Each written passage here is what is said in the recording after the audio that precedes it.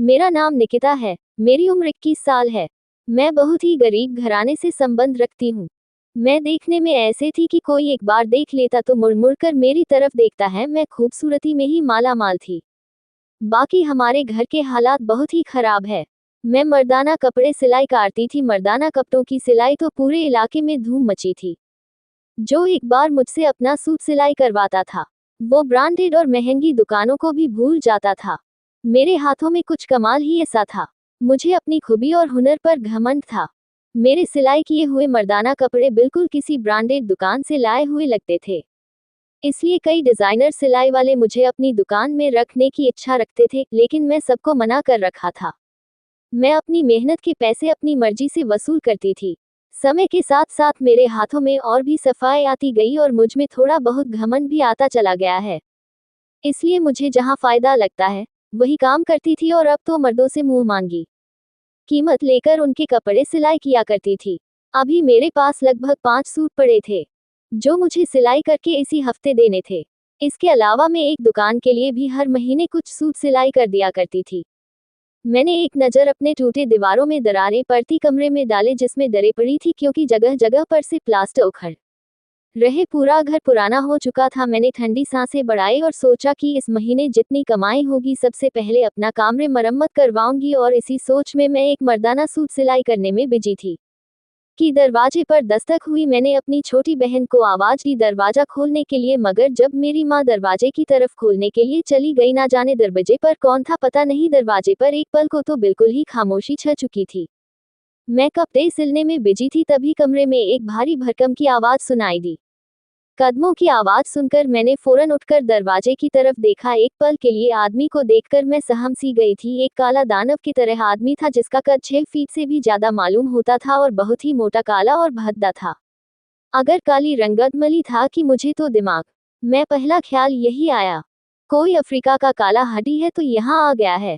उसके मोटे मोटे चेहरे, नैन नक्श और काली रंगत, उस पर उस इंसान की अजीब सी मुस्कुराहट देखकर सबसे पहले मुझे अपने दुपट्टे का ख्याल आया था, जो मैंने गर्मी और मशीन की वजह से उतारकर साइड पर रख दिया था। मेरे लिए वह इंसान बिल्कुल अजनबी था। उनका यहाँ क्या काम था? मैं तो उसे जानती भी नहीं थी। यह कोई हमारा रिश्तेदार भी नहीं था। हमारे घर क्यों आया था? दूसरा सवाल मेरे दिमाग में यह आया कि मेरी माँ ने उसे अंदर आने ही क्यों दिया, यहाँ तक कि वह सीधा मेरे कमरे में बिना दस्तक के दाखिल भी हो गया। मेरी माँ भी कुछ पलों के बाद ही मेरे कमरे में आ गई। तब मैं सांवलिया नजरों से अपनी माँ को देखा और माँ ने मेरी तरफ देखा।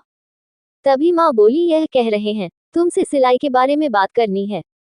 अगर शायद वह भी मेरा कोई ग्राहक ही था जो अपना सूट सिलाई करवाना चाहता था। यही सोचकर मैंने उसे बताया तो उसने बगैर किसी लाग लपेट के अपनी बात कहनी शुरू की। टूटी फूटी हिंदी में बात कर रहा था कि उसने मेरे सिलाई किए हुए मर्दाना कपड़े बहुत पसंद आए हैं। उसके बाद उसकी बात सुनकर मेरे होश उड़ गए थे। मेरा नाम लोखंडे है। मैंने आपके सिलाई की कपड़े एक दुकान से खरीदी थी और बड़ी मुश्किल से उस दुकान से आपका एड्रेस लेकर यहाँ पहुँचा हूँ। आप मेरे साथ दुबई चले, वहाँ ऐसे डिजाइनर कपड़ों की मांग बहुत ज्यादा होती है। हाल में ही बड़ी ब्रांड का उद्घाटन हुआ है। मैं वहां आपके लिए बात भी कर ली है। अगर आप चाहें तो दुबई में कपड़े सिलाई करके रातों रात लाखों रुपए कमा कर अमीर बन सकती है। उसकी बात सुनकर मैं दंग रह गई थी। कैसा अजीब इंसान था। उस इंसान से ना जान ना पहचान, और वो एक टक अपनी बात कहे जा रहा था और मैं टकटकी बंधे उसे देखे जा रही थी। वो कह रहा था कि जो एक सूट आप यहाँ सिलती है, वैसा ही एक सूट आप दुबई में सिलेंगे तो आपको 10 गुना ज्यादा पैसे मिलेंगे। मैं तो आंखें झपकना ही भूल गए थे और मैंने एक नज़र माँ की तरफ देखा तो उनकी आंखों में भी चमक आ गई थी। मैं मानती हूँ कि उसकी बातें हम जैसे गरीब लोगों के लिए चिंता का विषय में है, लेकिन मैं एक गैर आदमी पर आंखें बंद करके भरोसा नहीं कर सकती थी। मुझे उससे जान चुराना चाहिए कि मुझसे ज्यादा का लालच नहीं है। मैं हिंदुस्तान में रहकर ही अपना गुजर बसर कर दूंगी।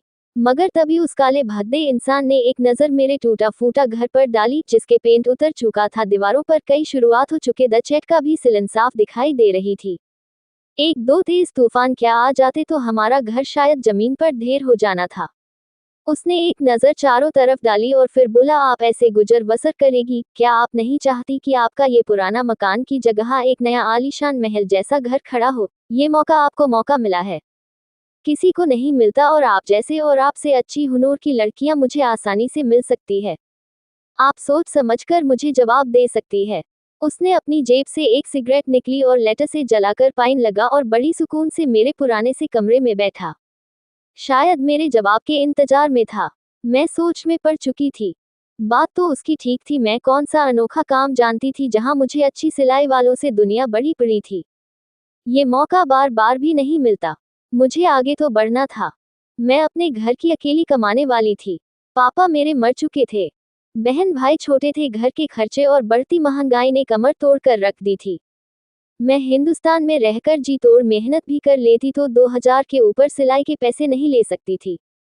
ये दुबई का हिरदन था। मेरे पास ज्यादा पैसा कमाने का मौका बार बार नहीं आ सकता था। मैं भी यही पूछ रही थी। इससे पहले कि मैं कुछ और कहती, उस इंसान ने अपनी जेब से चेक निकाला और मेरी माँ की तरफ बढ़ा दिया। यह एक मामूली सा एडवांस है। अगर आप मेरी ऑफर को स्वीकार कर ले तो मैं आपको इतने दोगुना पैसे और दूंगा ताकि आप अपना घर अच्छी तरह से मरम्मत करवा सके। हमारी माँ ने जब चेक देखा तो एक पल को मेरी माँ के हाथ कांप उठे थे। उन्होंने खुद को संभालते हुए अपने होठों पर जुबान फेरी और चेक मुझे बढ़ा दिया। इतने पैसे देखकर तो मैं भी हैरान हो चुकी थी। चेक पर तो 10 लाख की रकम थी। मैं बड़ी हैरान रह गई थी।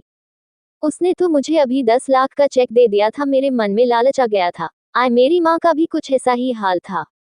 मुझे लगा शायद यही मौका है अपनी किस्मत संभालने का। मुझसे पहले ही मेरी माँ बोली कि मेरी बेटी दुबई जरूर जाएगी, आप बस उसके जाने के इंतजाम कर दे।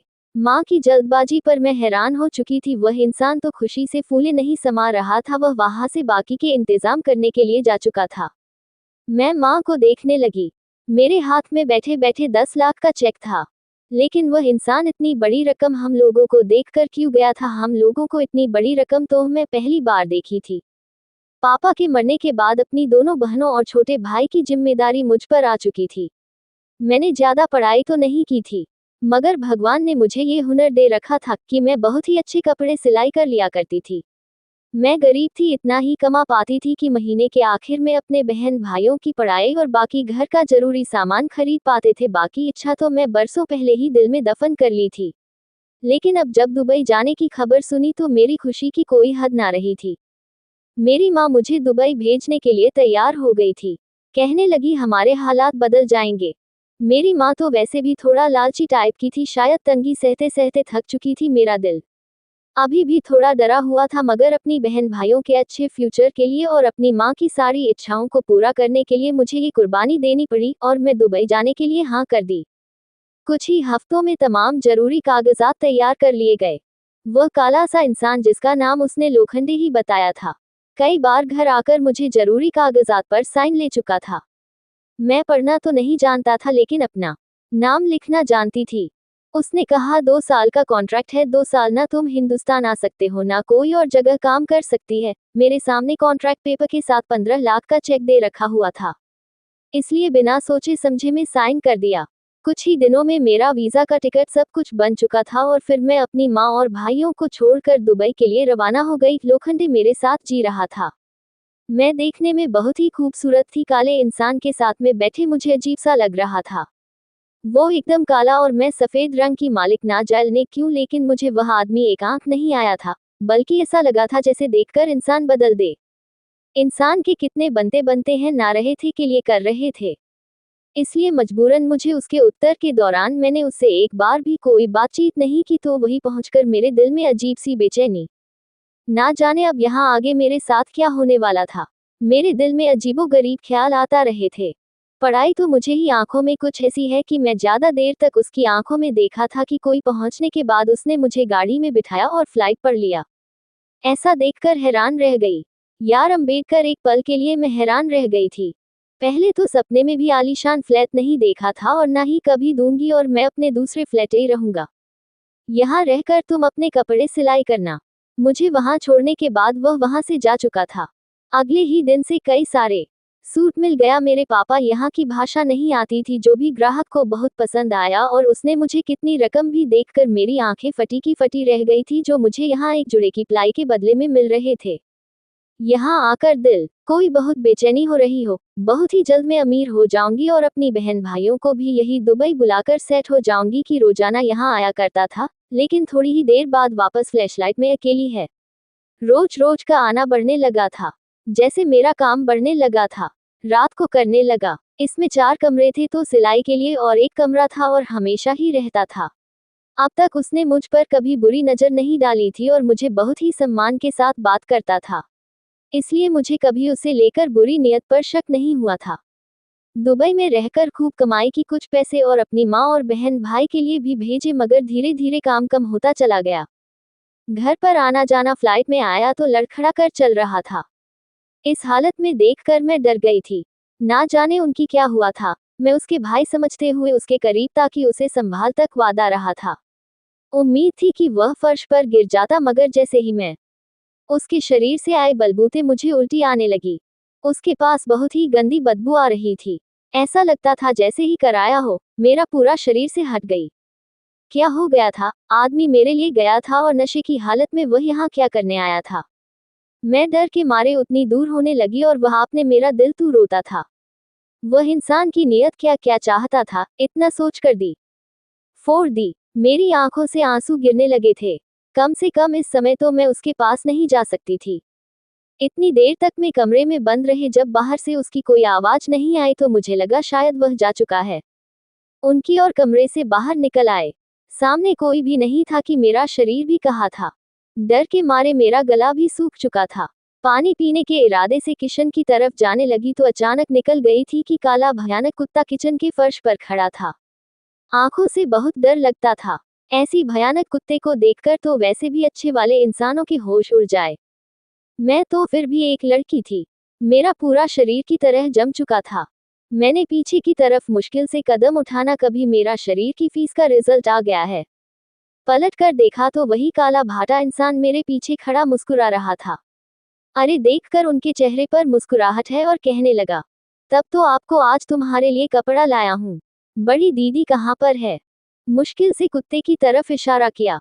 मेरे मुंह से आवाज नहीं निकल रही थी। अगर उसका हौसला बुलंद हुआ था, उसका हर एक अंदाज में छुपा रहा था। मेरे सिलाई वाली में दिखाया और बड़े आराम से उस कुत्ते के पास जाकर उसे अपनी गोद में उठा लिया और इंसान मेरे पास आने लगा तो मैं डर के मारे चलाने लगी।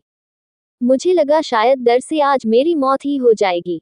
कहने लगा कि ब्लॉक माइकल है, मेरा दोस्त है, मेरी जान है तो बहुत मोहब्बत है। मेरे पास आया और बोला मुझे आज किसी इंसान की नहीं बल्कि अपने कुत्ते के कपड़े सिलाई करवाने हैं।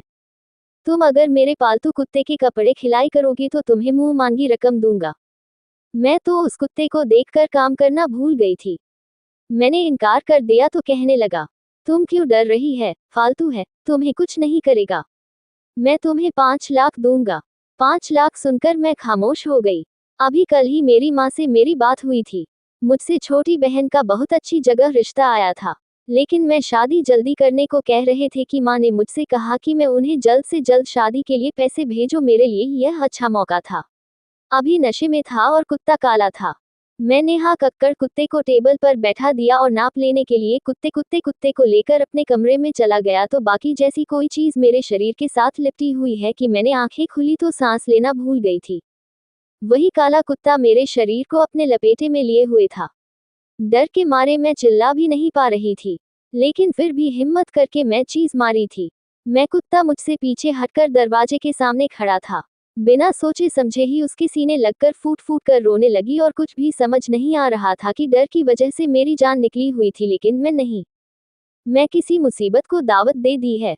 मेरे होश तो उस समय बूढ़े आदमी के पकड़ मजबूत हुई। धीरे धीरे उसने अपनी बाहों का घेरा तंग किया था और अपने काले पत्ते से हॉट मेरी गर्दन पर रखे थे। मुझे ऐसा लगा जैसे कट लगा हो। मैंने झटके सबको याद किया, लेकिन वह मेरी तरफ कदम बढ़ाने लगाया गया है कि मैं तुम पर सारी अच्छाई खोल दो। मेरे करीब आया, दोनों बाद उसे पकड़ लिया और अपना काला चेहरा मेरे चेहरे की तारीफ किया और बोला कि तुमसे मुलाकात करने से पहले भी मैं तुम्हें देख चुका था। एक बार मैं दुकान से कपड़े धो रहा था और मैंने उस समय तुम्हें दुकान में ही देखा था। उस समय मुझे तो तुम्हारी खिलाई से कोई मतलब नहीं था, मुझे तो बस तुमसे मतलब था।